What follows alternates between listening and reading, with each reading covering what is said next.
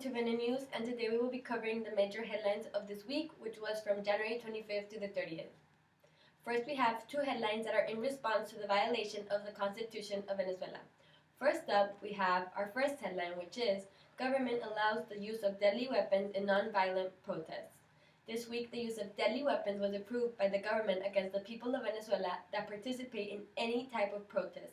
The UCAB, which is the Universidad Católica Andrés Bello, released a letter arguing in retaliation to the government, stating that the Constitution prohibits the use of weapons and toxic substances in nonviolent protests.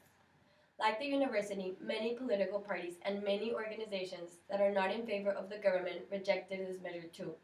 These people do not believe it is democratic to use weapons or any kind of force in order to control any nonviolent protest. The next headline is, the government approves the death penalty. The Table of Democratic Unity mandates eradication of the resolution published by the government where the Ministry of Defense declares the legalization of the death penalty in Venezuela. This resolution also violates the Constitution.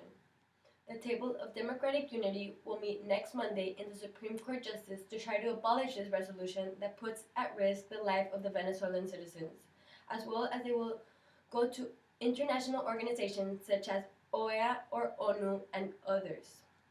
Next up, we have the major headline of this week, which was the Chief of Security of the head of the Venezuelan Assembly, Leamzi Salazar, accuses Diosdado Cabello, who is the head of the Venezuelan Assembly and the right hand of the President of Venezuela, Nicolás Maduro, to be linked to the drug cartels.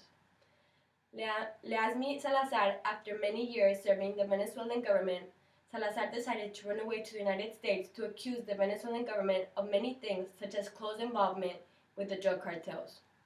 Salazar accuses Diosdado Cabello as the head of the Sun Cartel. The Sun Cartel is composed of Venezuelan military, and the drugs are produced by La FARC, a Colombian terrorist group, and the drugs are transported to the US and Europe through the Mexican cartels. It has been documented that 90% of the drugs produced by Colombia go through Venezuelan territory. It has also been reported that approximately 5 tons of drugs pass through Venezuela on a weekly basis. Salazar has witnessed Diosdado Cabello giving orders to deliver tons of cocaine and has evidence of places where the drugs and money are stored. Salazar is not linked with any illicit negotiations regarding the drugs. He also accused Diosdado Cabello's brother of being responsible for maintaining the finances of the Sun Cartel. The laundering of the money was made through the National Oil Company, completely owned by the government. The son of Chavez, former president of Venezuela, is also linked to the drug cartels. In conclusion, these accusations are still being reviewed by the United States government, and further findings will be reported here at Vene News. Welcome to our new segment called Vene Tweets, and in this segment we will be seeing tweets of different people that are very influential in the politics of Venezuela.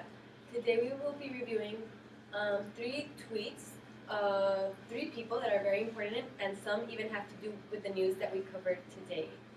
So we are very excited here at Vene News to be starting this new segment, and we will begin, and the tweets will be appearing on the screen so you can read with us the tweets that we will be showing today in our program.